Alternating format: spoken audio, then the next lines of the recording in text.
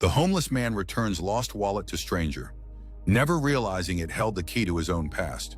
This simple act of honesty, a weathered hand extending a worn leather billfold across the invisible divide between two worlds, would unravel a thread connecting past to present. But on that bitter December morning, Michael Flynn knew nothing of threads or connections. He knew only of survival.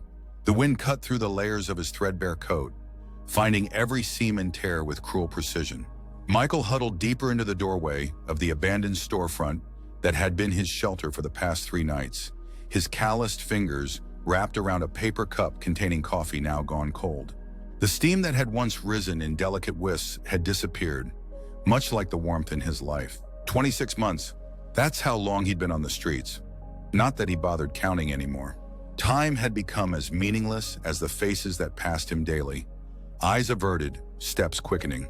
He'd stopped trying to catch their gaze months ago. It was easier that way for everyone. The morning crowd surged past his doorway, a river of purpose and destination. Michael watched them through eyes rimmed with fatigue, his matted beard crusted with frost from the night's breath. They all looked the same to him now, blurred outlines of lives he could barely remember living. His gaze drifted to the sidewalk, following the hurried footsteps, when something caught his eye. A rectangular shape skidding across the concrete as it fell from a passing coat pocket. For a moment, no one noticed. The man continued walking, unaware of what he'd lost. Michael's instinct was to remain still, to let someone else deal with it. But something, perhaps a remnant of the man he once was, made him move. His joints protested as he unfolded himself from the doorway, his breath visible in puffs of white as he stepped into the flow of pedestrians. Several people sidestepped him, their faces registering the briefest flicker of disgust or pity. The wallet lay open where it had fallen, revealing a driver's license in the corner of what looked like a photograph. Michael knelt and picked it up, the leather warm compared to the icy sidewalk. He glanced up, searching for the owner, and spotted him about 30 yards ahead, tall, with salt and pepper hair visible beneath a charcoal overcoat. "Hey!" Michael called out, his voice rough from disuse. No one turned. He tried again, louder this time, ignoring the startled looks from other passersby. "Hey! You dropped something." The man in the charcoal coat continued walking, oblivious. Michael hesitated only briefly before tucking the wallet into his pocket and following. Each step felt like a decision, to engage, to exist in their world again, if only for a moment. His heart quickened at the thought. He caught up at the crosswalk, where a red light had halted the man's progress. Michael reached out, his hand trembling slightly, and tapped the stranger's shoulder. "Excuse me," he said, the words feeling foreign in his mouth. "I think you dropped this." The man turned, irritation flashing across his face before landing on the wallet in Michael's extended hand.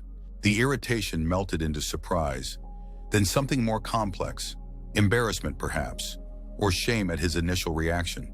"My wallet," he said, taking it with gloved hands. "I didn't even realize." He paused, looking at Michael fully for the first time. Something passed across his face, a shadow of recognition quickly dismissed. "Thank you. Seriously, thank you." Michael nodded, already stepping back, eager to retreat to his doorway, to invisibility. But the man reached into the wallet and pulled out several bills. "Please," he said, extending the money. "Take this." Michael stared at the offered cash. Once his pride might have made him refuse, but pride was a luxury he could no longer afford. Still, something about this interaction felt different from the usual handout.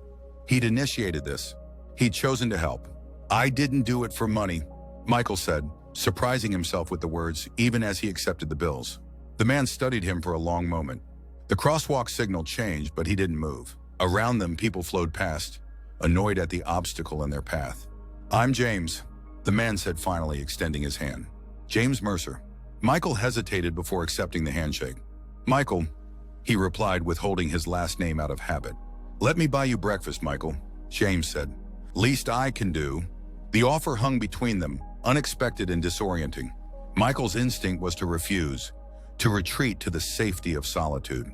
But his stomach clenched at the thought of hot food, and something in the man's eyes, a kindness without pity, made him nod. "There's a diner around the corner," James said, gesturing. "Best pancakes in the city." They walked in silence, an odd pair moving against the flow of the morning commute. Michael felt the stares, knew how they appeared. James in his tailored coat and polished shoes, himself in layers of salvaged clothes, his boots held together with duct tape. The contrast would have been comical if it weren't so painful. The diner was warm, almost uncomfortably so after the biting cold outside. The hostess's smile faltered when she saw Michael, but James either didn't notice or chose to ignore it. "Table for two, please," he said with easy authority. She led them to a booth near the back, away from the windows. Michael slid into the vinyl seat, aware of the grime he was transferring to the clean surface. James sat across from him, removing his gloves and placing them neatly beside his silverware. Up close, Michael could see the man was older than he'd first thought. Mid-60s perhaps, with deep lines around his eyes and mouth that spoke of both laughter and sorrow. "Order whatever you want," James said, handing him a menu. "I'm partial to the blueberry pancakes myself, but everything here is good." Michael stared at the laminated page, the prices making his eyes widen. He could eat for days on what a single breakfast here cost. "Just coffee is fine," he mumbled. James looked up sharply. "Nonsense. You're doing me the favor of joining me for a meal. Please order something substantial." When the waitress came, Michael requested eggs and toast, the least expensive item he could find. James ordered pancakes, bacon, and a side of fruit for them to share. The coffee came quickly and Michael wrapped his hands around the mug, savoring the heat that seeped into his palms. "So, Michael," James said after taking a sip from his own cup, "have you been in the city long?" The question seemed innocent enough, but Michael tensed. Personal questions led to personal stories, and those were roads he preferred not to travel. "A while," he answered vaguely. James nodded, not pushing. "I've been here 40 years now. Came for law school and never left." He glanced out the window, his expression thoughtful. "Sometimes I wonder how different life might have been if I'd gone somewhere else." Their food arrived, steaming and abundant. Michael stared at his plate, suddenly overwhelmed by the simple luxury of a hot, clean meal served on real china. He ate slowly, savoring each bite, conscious of James watching him with a curiosity that didn't feel intrusive. "You know," James said after a while, "I used to volunteer at a shelter on Westbrook Avenue. They have a good program there. Job placement, housing assistance. If you're interested—" "I'm fine," Michael interrupted, the defensiveness in his voice surprising both of them. "But thanks." James nodded, accepting the rebuff with grace. They finished their meal in silence, though not an uncomfortable one. When the check came, James paid without comment. "Thank you again," he said as they stepped back into the cold. "For returning my wallet. A lot of people wouldn't have." Michael shrugged, already feeling the pull back to his doorway, to invisibility. "Anyone would have done it." "No," James said firmly. "They wouldn't have, which makes your kindness all the more remarkable." He reached into his pocket and pulled out a business card. "If you ever need anything, a meal, a conversation, whatever, please call. My cell is on there too." Michael took the card reflexively, though they both knew phones weren't exactly standard issue on the streets. He slipped it into his pocket alongside the money from earlier. "Take care, Michael," James said, and then he was gone, swallowed by the flow of pedestrians that never ceased. Michael stood for a moment longer, the warmth of the diner fading quickly from his body. Then he turned and made his way back to his doorway, to the life he knew. But something had changed, a small disturbance in the monotony of his existence.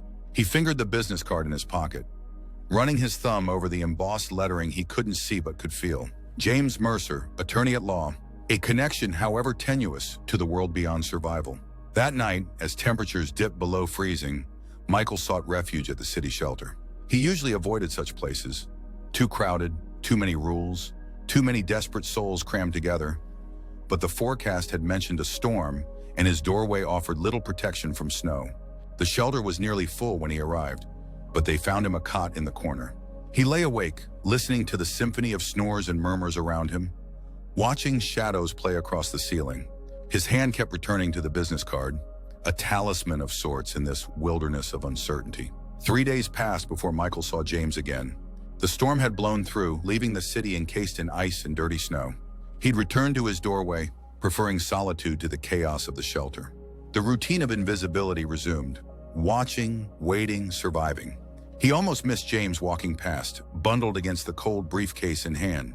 Something made him look up at precisely the right moment, perhaps the familiar gait or the charcoal coat. Before he could think better of it, Michael called out, "Mr. Mercer." James turned, scanning the street before his eyes found Michael in the doorway. Recognition dawned, followed by a smile that seemed genuinely pleased. "Michael," he said, approaching the doorway. "Good to see you again." Michael nodded, suddenly unsure why he'd called out in the first place. James glanced at his watch, then at the gray sky threatening more snow. "I was just heading to grab some lunch," he said. "Would you join me?" Again, that disorienting moment of choice. Michael found himself nodding, rising stiffly to his feet. They walked to a small cafe 2 blocks over, their breath forming clouds in the frigid air. "Been keeping warm?" James asked, the question simple but not condescending. "Trying to," Michael replied. "The shelter helps when it gets really bad." James nodded, holding the cafe door open.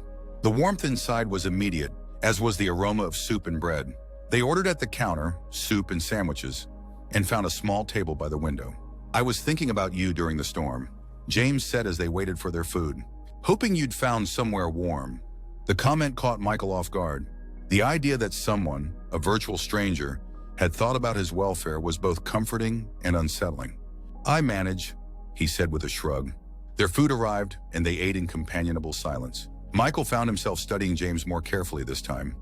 The careful way he ate, the slight tremor in his left hand that he tried to hide, the wedding ring that he occasionally twisted with his thumb.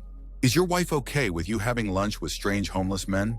Michael asked, the question emerging before he could stop it. James looked up, surprise crossing his features before settling into something sadder. "My wife passed away 5 years ago. Cancer. I'm sorry," Michael said, the words inadequate but sincere.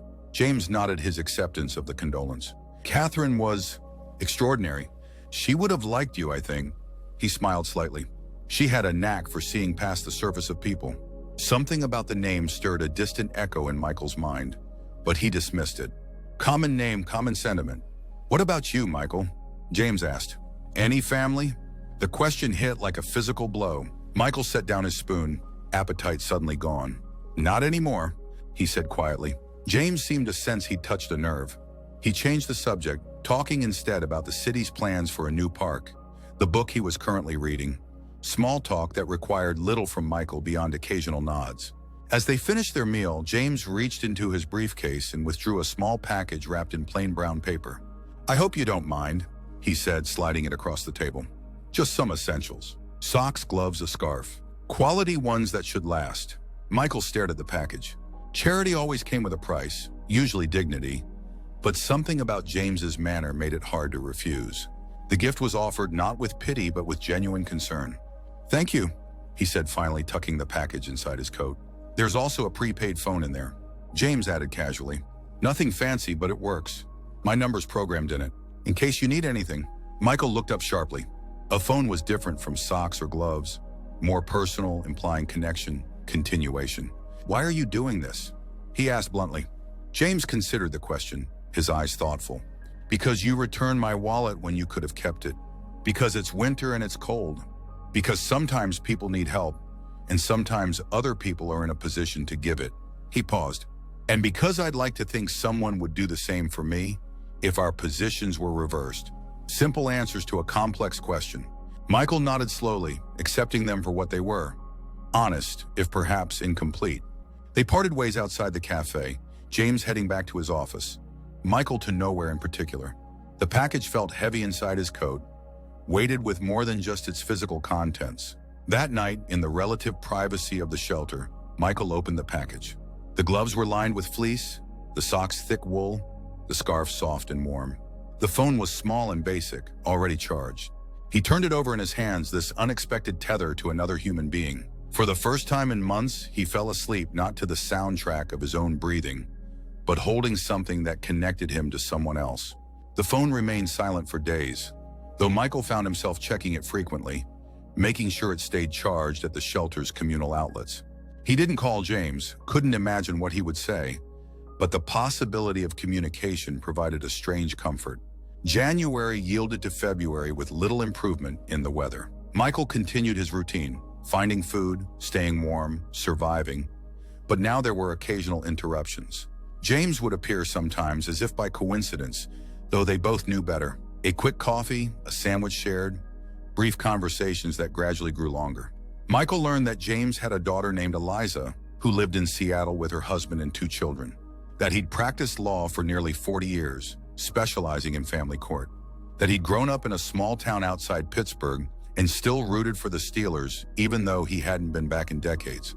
In turn, Michael offered small pieces of himself, that he preferred tea to coffee, that he'd once worked construction, that he could identify most birds by their calls.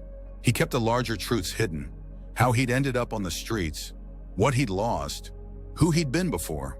It was during one of these meetings at a small park where they shared a bench despite the cold that James broached the subject Michael had been dreading. There's a room available, he said, watching a squirrel dart across the frozen ground. Above my garage. It's not much, just a bedroom, small bathroom, kitchenette, but it's warm and private. It's yours if you want it. Michael stiffened. I don't need charity. It's not charity, James replied evenly. It's a job offer. The house is too big for me alone. I need help with maintenance, yard work when spring comes. In exchange for the room and a modest salary, he turned to face Michael. You mentioned construction experience. I assume that means you're handy. I was, Michael admitted. Once. Skills like that don't disappear. James paused. Think about it at least. No pressure, no timeline. The offer stands whenever you're ready. Michael said nothing, but the idea planted itself in his mind. A room of his own, walls and a roof that belonged to him, if only temporarily. Privacy, security. The prospect was both alluring and terrifying. That night, as he huddled in his doorway, unable to face the shelter's crowded confines, snow began to fall. Not the gentle flakes of Christmas cards, but hard, driving pellets that stung his exposed skin. The temperature dropped precipitously, the wind picking up until it howled through the street like something wounded. By midnight, Michael could no longer feel his toes. He knew the signs of hypothermia, knew he needed to move, to find warmth. The shelter would be full by now, its doors closed until morning. He thought of hospitals, of emergency rooms that couldn't turn him away, but the nearest was 15 blocks, and he doubted his ability to walk that far. With numb fingers, he pulled out the phone. It took 3 attempts to press the right button, to find James's name in the contacts. He hesitated, thumb hovering over the call button. 3 in the morning was no time to call anyone, let alone a man he barely knew. But as another violent shiver racked his body, survival instinct overrode pride. He pressed call. James answered on the 3rd ring, voice thick with sleep but immediately alert. Michael? Are you all right? I'm sorry. Michael managed through chattering teeth. I shouldn't have... Where are you? James cut in, and Michael could hear movement, the rustle of bedding, the creak of floorboards. My usual spot, Michael replied. The doorway on Hartman Street. But it's late, I shouldn't have... I'm coming, James said firmly. Stay where you are. I'm coming to get you. The call ended, and Michael huddled deeper into his coat, shame and relief warring within him. He hadn't asked for rescue, hadn't explicitly requested help, but it was coming anyway. The knowledge was as uncomfortable as it was comforting. 20 minutes later, a car pulled up to the curb, its headlights momentarily blinding.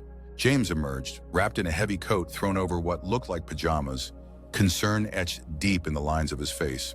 Michael, he said, kneeling beside the doorway, not touching, but close enough that Michael could feel his warmth. Can you stand? The car's heated. Pride insisted he stand on his own, but his body betrayed him. His legs, stiff with cold, buckled as soon as he put weight on them. Without comment, James caught him, one arm around his waist, supporting him to the car. The heat hit like a physical force, painful in its intensity after so long in the cold. Michael's extremities began to tingle, then burn as circulation returned. James drove in silence, occasionally glancing over with an expression Michael couldn't or wouldn't interpret. They arrived at a 2-story colonial in an older neighborhood of large trees and established gardens. James guided him inside, through a warm kitchen smelling of coffee and cinnamon, up a flight of stairs and into a bathroom where he started the shower. Hot water will help, he said, setting a stack of towels on the counter. There's clean clothes here. Take as long as you need. I'll be downstairs. Then he was gone, leaving Michael alone with the steaming shower and the strange, surreal sense of being inside a home for the first time in years. He stood under the water until it began to cool, watching grime and street dust swirl down the drain. The clothes James had left, sweatpants, a flannel shirt, thick socks, were soft with age but clean and far better than anything he'd worn in months. When he finally made his way downstairs, he found James in the kitchen, 2 mugs of tea on the table before him. Feel better? James asked, pushing one mug toward him. Michael nodded, wrapping his hands around the warm ceramic. Thank you, he said, the words insufficient for what he felt. I'm sorry for waking you. I'm glad you called, James replied simply. I'd have been sorrier if you hadn't. They sat in silence for a while, sipping tea, the kitchen clock ticking steadily in the background. Outside, the storm continued, but here in this warm room with its soft lights and faint cinnamon scent, it seemed distant and harmless. The room above the garage, Michael said finally. Is the offer still open? James smiled, the expression gentle but without triumph. Of course, though tonight the guest room is made up. We can look at the garage apartment tomorrow. That night, lying in a real bed with clean sheets and a down comforter, Michael stared at the ceiling and felt something he hadn't experienced in years. Hope, fragile as a bird's egg, nested in his chest. The garage apartment was small but perfect. A single room with a double bed, a compact kitchenette along one wall, a bathroom with a shower stall, and a window that overlooked James's backyard.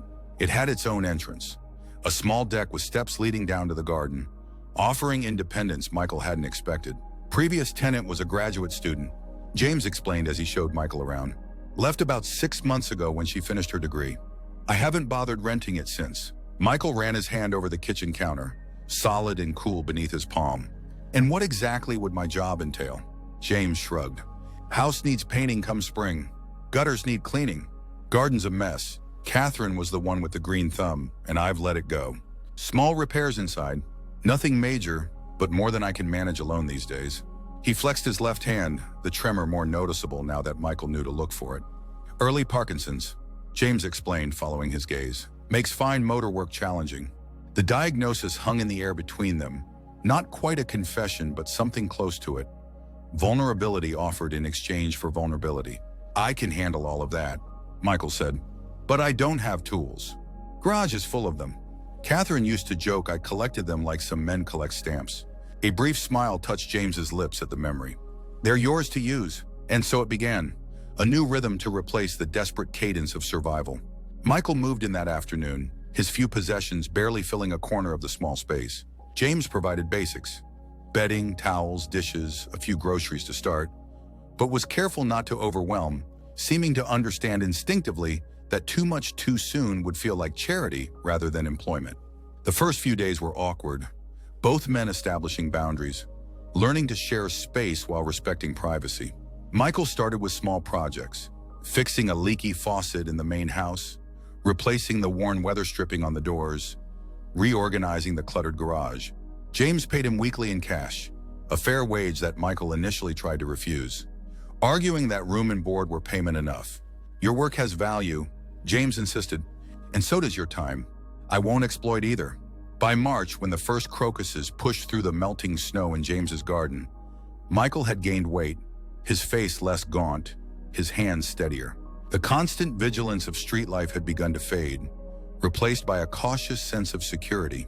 He slept through the night now, no longer jerking awake at every sound. He began to notice things about James, how he always read the newspaper front to back, never skipping sections, how he hummed tunelessly while washing dishes, how photographs of his late wife appeared throughout the house, not as shrines but as natural parts of the decor, as if Catherine were still a present member of the household. One such photograph caught Michael's attention particularly, a family portrait on the mantelpiece, James and Catherine flanking a young woman who must be their daughter, Eliza. Something about the image nagged at him, a familiarity he couldn't place. He found himself returning to it repeatedly, studying the faces, and especially Catherine's. Her warm smile, the slight tilt of her head, the way her eyes crinkled at the corners. She was beautiful, Michael said one evening when he caught James watching him look at the photograph. Inside and out, James agreed, coming to stand beside him. This was taken about 10 years ago, before Eliza moved west, before the diagnosis. Michael nodded, still studying Catherine's face. She reminds me of someone, he said without thinking. I can't place who. James stiffened almost imperceptibly beside him. You mentioned once that you're from the Midwest originally? Ohio, Michael confirmed, the admission coming easier than it once would have. Small town you've never heard of. Try me, James said, his tone carefully neutral. Oakwood, little speck on the map outside Columbus. The silence that followed was heavy with something Michael couldn't identify. When he turned, James was staring at him with an expression that made his skin prickle. James, Catherine was from Ohio, James said finally. Not Oakwood, but Meadowbrook. About 20 miles away, I believe. The coincidence seemed unremarkable to Michael, but James continued to watch him with that strange intensity, Before either could speak again, the timer in the kitchen chimed, breaking the moment. "Dinner," James said, turning away. "Hope you like lasagna." The conversation shifted to safer topics over dinner, but Michael caught James watching him throughout the meal, a speculative gleam in his eyes that hadn't been there before. As spring advanced, Michael threw himself into the garden, discovering a satisfaction in coaxing order from chaos. James had been right. It had gone wild in Catherine's absence, but the bones of something beautiful remained beneath the overgrowth.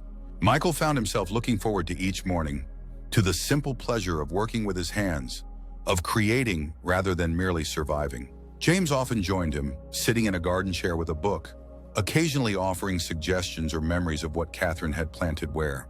These quiet companionships became the highlight of Michael's days, comfortable silences broken by easy conversation, neither man demanding more than the other could give. It was during one such afternoon, as Michael transplanted hostas along the garden's edge, that James mentioned the box in the attic. "Catherine kept everything," he said, marking his place in his book.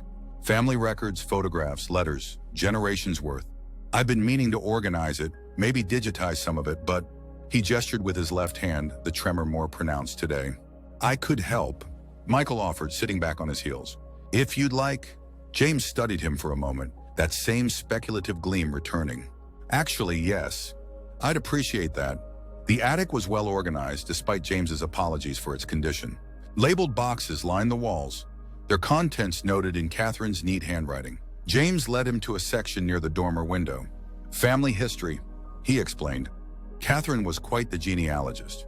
Traced her family back to the Mayflower, if you can believe it. He pulled down a box labeled Meadowbrook, photos and documents, and placed it on a small table. "I'll leave you to it. Just organize by date if you can. Anything from the last 50 years goes in this pile, older items here." With that, he descended the stairs, leaving Michael alone with the box. It felt strangely intimate, sorting through another family's history. The photographs spanned decades. Faded sepia images of stern-faced ancestors, black and white snapshots of children on farmhouse porches, color Polaroids from the 70s and 80s. Near the bottom of the box, he found a folder labeled Meadowbrook High School. Inside were yearbooks, dance programs, newspaper clippings about sports victories and academic achievements.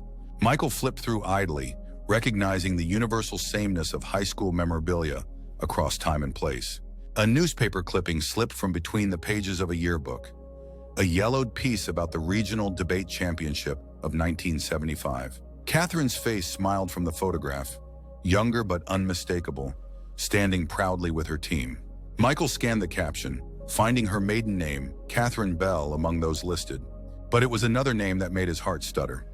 Eleanor Flynn, Oakwood High School, second place individual speaker. Flynn, his mother's name. His name. Michael stared at the grainy image, searching for a face he hadn't seen in decades. There at the edge of the photograph, a young woman with his same eyes stared back at the camera. His mother, impossibly young, captured in a moment of achievement he'd never known about. With trembling hands, he set aside the clipping and opened the yearbook, flipping to the section labeled Rival Schools. There she was again, Eleanor Flynn, Junior, debate team captain, Latin club, future teachers of America. His mother's face, unlined by the hardship that would come later, smiling with a confidence he had never witnessed in his childhood. He was so absorbed that he didn't hear James's return until his voice broke the silence. "Find anything interesting?" Michael looked up, the yearbook still open in his hands. "Did Catherine know an Eleanor Flynn? From Oakwood?" The question seemed to freeze James where he stood. He moved forward slowly, taking the seat across from Michael. "Yes," he said carefully. "They were debate rivals in high school, but became friends later. Eleanor was actually Catherine's maid of honor at our wedding." He paused, studying Michael's face. "How did you know to ask about her?" Wordlessly, Michael turned the yearbook toward him, pointing to his mother's photograph. James looked down, then up at Michael, his expression shifting through confusion to dawning realization. "Flynn?" he said softly. "Your last name is Flynn." Michael nodded, his throat suddenly tight. "Eleanor was my mother." The silence that followed was absolute, broken only by the faint ticking of an old clock somewhere in the attic's depths. James stared at Michael as if seeing him for the first time, his eyes tracing features, making connections. "My God," he whispered finally. "You're Ellie's boy. You're Michael Flynn Jr." The sound of his full name, a name he hadn't heard or used in years, struck Michael like a physical blow. "How did you—" "We knew you as a child," James said, his voice unsteady. "Catherine and I. We visited Oakwood several times. You were just a little boy, but—" He shook his head in disbelief. "After your father died, Eleanor moved away. We lost touch. Catherine tried to find her, tried for years, but she didn't want to be found." Michael finished. The familiar ache of that abandonment rose in his chest. "She left me with my grandmother when I was 12. Never came back." James's face crumpled in sympathy. "Oh, Michael, I'm so sorry. Grandma raised me until she died. I was 19. Michael looked down at the yearbook, at his mother's young, hopeful face. "After that, I was on my own. Did okay for a while. Had a job, an apartment. Then the accident happened." "Accident?" "Construction site. Scaffold collapse. Broke my back, my leg." Michael's hand went unconsciously to his left thigh, where the pain still flared on cold days. "Insurance fought the claim. Bills piled up. Lost my apartment, then my job when I couldn't work. The rest," he shrugged. "You can guess." James was quiet for a long moment. When he spoke, his voice was thick with emotion. "The wallet. When you returned it to me, there was a photograph inside.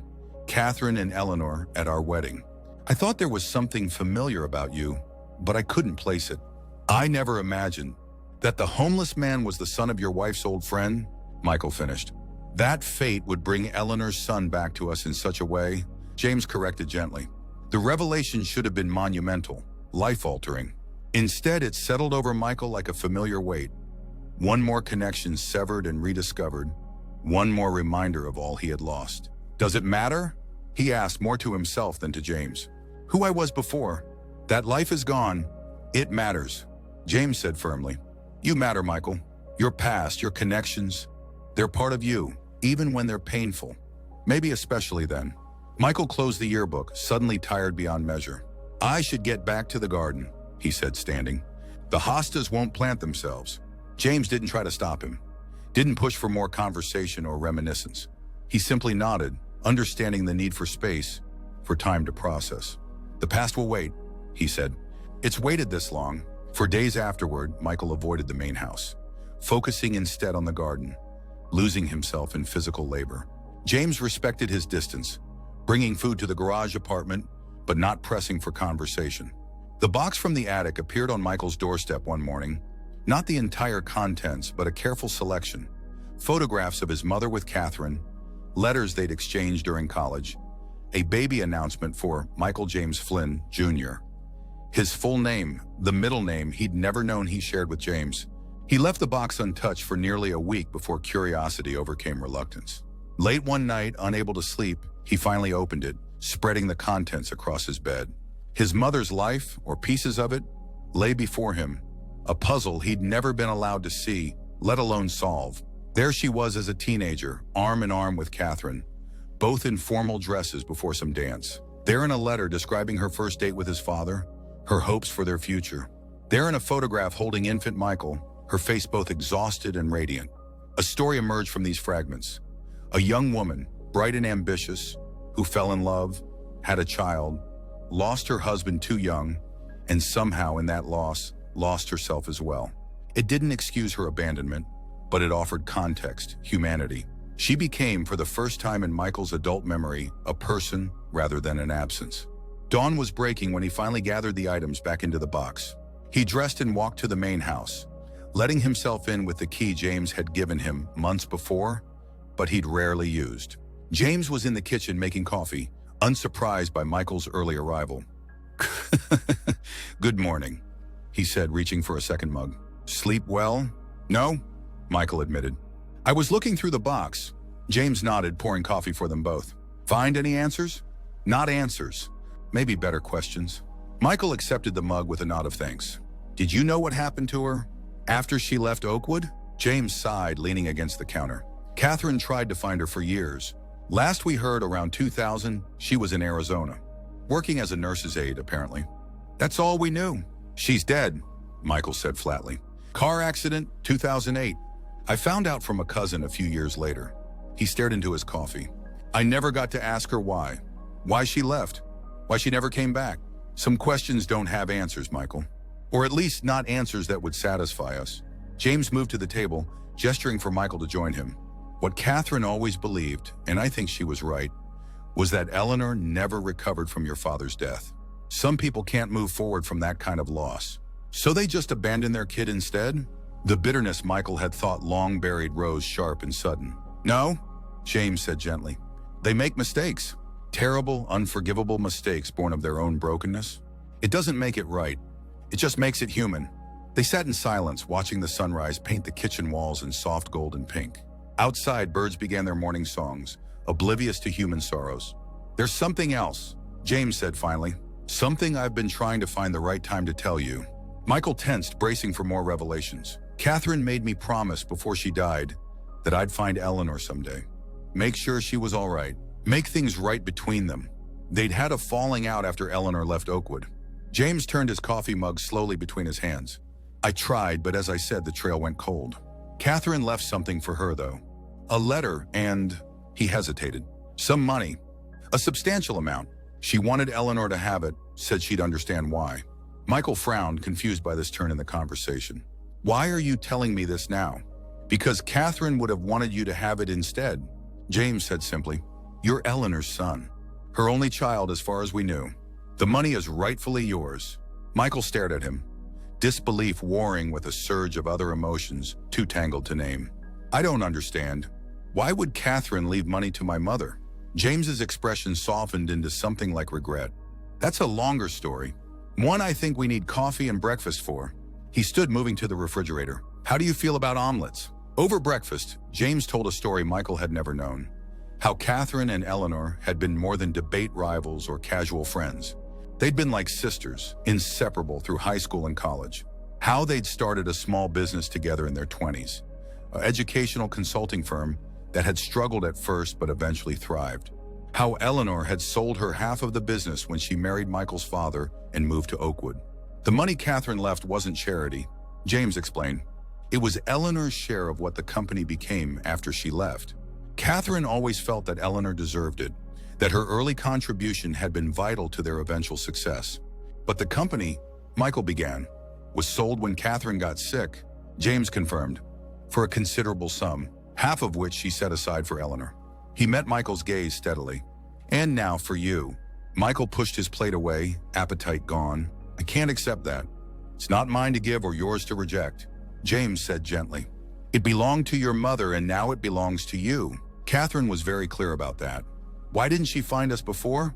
Why wait until she was dying? She tried, Michael. For years. As I said, Eleanor didn't want to be found. And after Catherine's diagnosis, things moved quickly. We ran out of time. James sighed. Life rarely gives us neat resolutions or perfect timing. Michael stood, needing movement, space to process. He paced to the window, looking out at the garden where spring was asserting itself in small, determined ways. New growth pushing through soil, buds forming on branches, life returning after winter's dormancy. How much? He asked finally. Enough, James said. Enough to start over, to have choices, to build whatever life you want. The enormity of it was too much to comprehend. Not just the money, but the connections. The way past and present had collided in that moment he'd picked up a stranger's wallet from a cold sidewalk. I need time, Michael said. To think, James nodded. Of course, there's no rush, Michael. No pressure. The money isn't going anywhere. But as the days passed, Michael found himself thinking less about the money and more about the connections it represented. The invisible threads that had linked him to James long before their paths crossed. The strange symmetry of finding family through an act of simple kindness. He continued working on the house and garden, finding peace in physical labor while his mind processed all he had learned. James gave him space but remained a steady presence. Available when Michael wanted to talk, respectful when he didn't. Gradually, Michael began to share more of his own story. His childhood in Oakwood, his grandmother's quiet strength, the years of struggle after her death. He spoke of the accident that had derailed his life, the slow slide from stability to homelessness, the lessons learned in surviving on the streets. In turn, James shared more about Catherine, about their life together, about the daughter who visited rarely but called often. He spoke of Catherine's illness, the brutal swiftness of its progression, the void her absence had left in his life. That's why I noticed you that day, James admitted one evening as they sat on the porch, watching fireflies rise from the freshly mowed lawn. Not because you were homeless, but because you were alone. I recognized the solitude, the isolation. I've been carrying it myself since Catherine died. April melted into May, and with the warming weather came a warming between the two men. A friendship deepening into something familial, a mutual rescue neither had anticipated. The money remained untouched, a subject they rarely discussed directly. Instead, they talked of possibilities. Michael's interest in perhaps finishing the education that had been interrupted, James's hope of traveling now that he had someone to watch over the house, shared dreams of renovating the garden shed into a proper workshop. On a warm afternoon in late May, as Michael pruned the roses Catherine had planted years before, James appeared at his side with 2 envelopes. "Mail came," he said, handing one to Michael. Michael took it, surprised to see his name, his full name, Michael James Flynn, typed neatly on the front. The return address was from the community college where, with James's encouragement, he'd submitted an application to the horticulture program. His hands trembled slightly as he opened it, scanning the contents quickly before looking up at James with an expression of disbelief. "I got in," he said, his voice barely above a whisper. "Full scholarship." James grinned, clapping him on the shoulder. "Of course you did. Your application was excellent. And your life experience." He shook his head. "Well, let's just say resilience counts for a lot in this world." Michael looked back at the letter, still not quite believing it. "Classes start in August. Perfect timing," James said. "The garden will be established by then, and I'll be back from visiting Eliza in Seattle." The casual inclusion in James's future plans, the assumption of continuity, of permanence, was not lost on Michael. For the first time in years, perhaps for the first time in his adult life, he felt anchored rather than adrift. "What's in your envelope?" he asked, nodding to the one still in James's hand. "Ah," James said, his expression turning more serious. "This is actually for both of us in a way." He opened it, removing a formal-looking document. "Remember how I mentioned Eliza was coming for a visit next month? Well, she had some questions about my will, about the house. Practical matters." Michael tensed, sensing a shift in their comfortable dynamic. "Of course, it's her inheritance. That's just it," James said, holding out the document. "I've amended my will. The house will be held in trust, with you as the beneficiary of a life estate. You'll have the right to live here for the rest of your life, even after I'm gone." Michael stared at him, unable to form words. "I've discussed it with Eliza," James continued. "She agrees. This house should remain your home, Michael, for as long as you want it to be." "But why?" Michael managed finally. "You've already done so much. The job, the apartment, helping with school. Why this too?" James looked out over the garden, his gaze settling on the roses Michael had been tending. Catherine's roses, now blooming again under new care. "Because that wallet you returned, it contained more than just money and identification. It held the last photograph I have of Catherine where she looks like herself, before the cancer took over.